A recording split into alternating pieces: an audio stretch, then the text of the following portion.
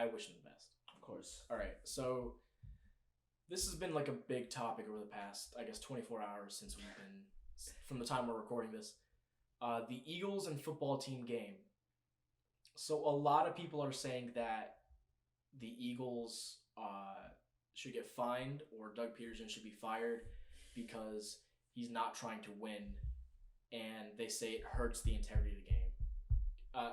Let me go off on this a little bit, and then you can step in. Yeah. So here's the thing with why I think the Eagles benched Hurts. I don't want to say that they were tanking. You could say that they might be tanking, right? They might have tanked that game.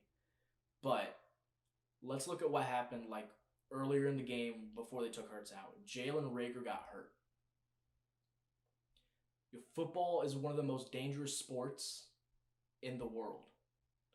And to play a meaningless game and to start your potentially future young quarterback who you think could develop into a star, to start him in that for the whole game in a meaningless game where he could very well get hurt, where half your team is injured anyways, where Jalen Reagor just got hurt, they might have wanted to save him a little bit. Like, what's wrong with that? What's wrong with trying to save a player for next season? One play in football could end your entire career, let alone possibly even your entire life. I don't blame the Eagles for benching Hurts. I think the reason they did it was because of injury. And I also have something to say to the people who are complaining about tanking in the NFL and saying it ruins the integrity of the game. Why don't you keep that same energy towards the Jets or the Jaguars? People were actually like they were like making like sad memes and stuff like that of like when the Jets finally won. Shouldn't you be happy? The Jets won, but people were saying, "No, this should have been tanking. They just lost Trevor Lawrence."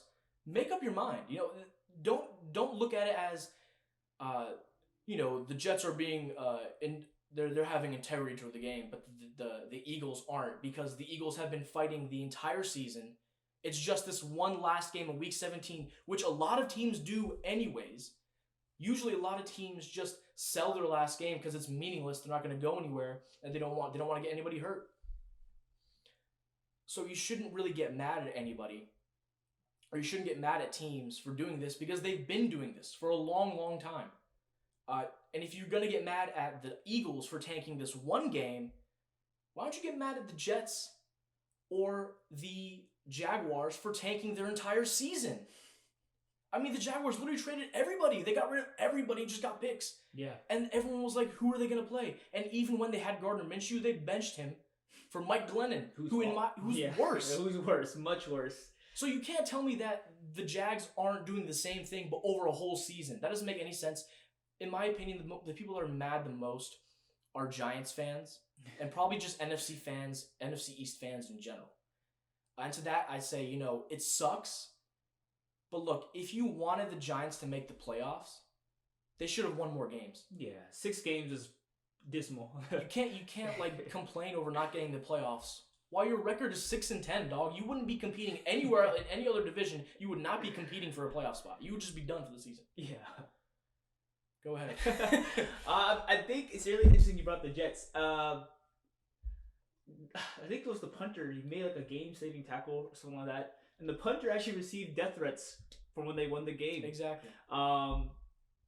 So yeah, people do need to keep that same energy. I want to also touch on the fact that Doug Peterson owes nothing to the Giants organization or fans. So Giants fans getting mad at Doug Peterson. You guys, if I recall correctly, did they not split or did they get swept by the Eagles this year? I know they lost the first game to the Eagles. The Giants? The Giants. I'm not exactly sure. Well, I think they did. They lost the game to the Eagles regardless. If you guys were so mad at them, you guys should have played better against them when you had the chance to. How I see this more so, I think it was a good move for the future. Like you pointed out, Jalen Reagor did get hurt. Half the teams already was not even playing. Miles Sanders wasn't playing. I think Fletcher Cox wasn't playing. A lot of people were already on injury reports and were not playing.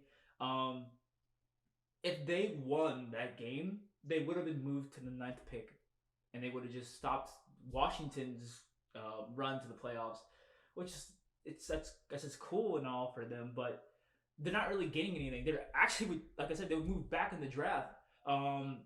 Since they did lose, they have the 6th pick, so they're building for the future. Yeah. I don't agree with tanking, but at the same time, you gotta look at the bigger picture.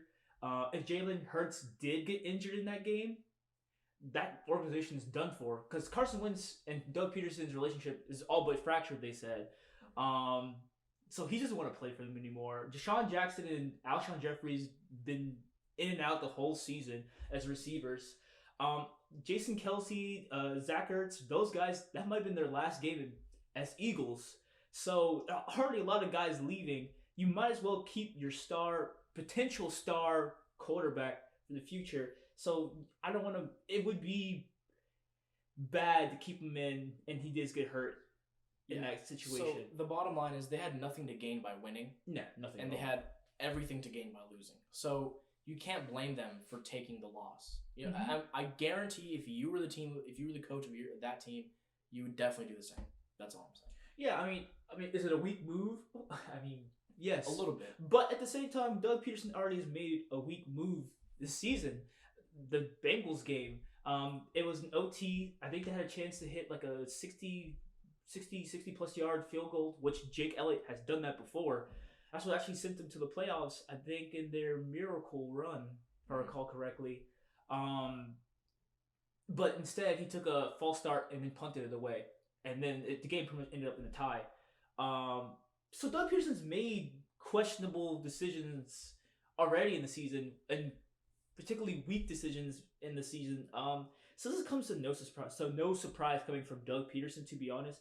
But to fire Doug Peterson when the guy led you to multiple playoff runs and your only Super Bowl in your franchise history, to fire him over this, I think it's a bit outlandish.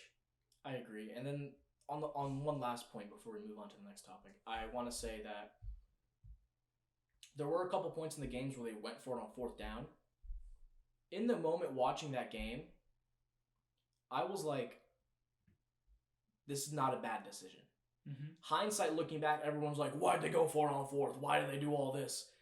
Like, they're obviously tanking. No, those are 2 decent decisions, because if they had got a touchdown in that first 4th down, which they almost did, Hurts barely underthrew it. If they had gotten a touchdown, they would have gone up. And then it would have been very, very good for them moving forward. And then the second 4th down was obviously they were behind. They were trying to catch up. So those 2 coaching decisions were not like, he wasn't purposefully tanking the team just by those coaching decisions. Like, that was just part of the flow of the game. That's just the decisions a coach makes during the flow of the game. And I agree with the first one. I didn't agree with the second one necessarily, but that's what happens. Like, sometimes you agree with coach's decisions, sometimes you don't. All right.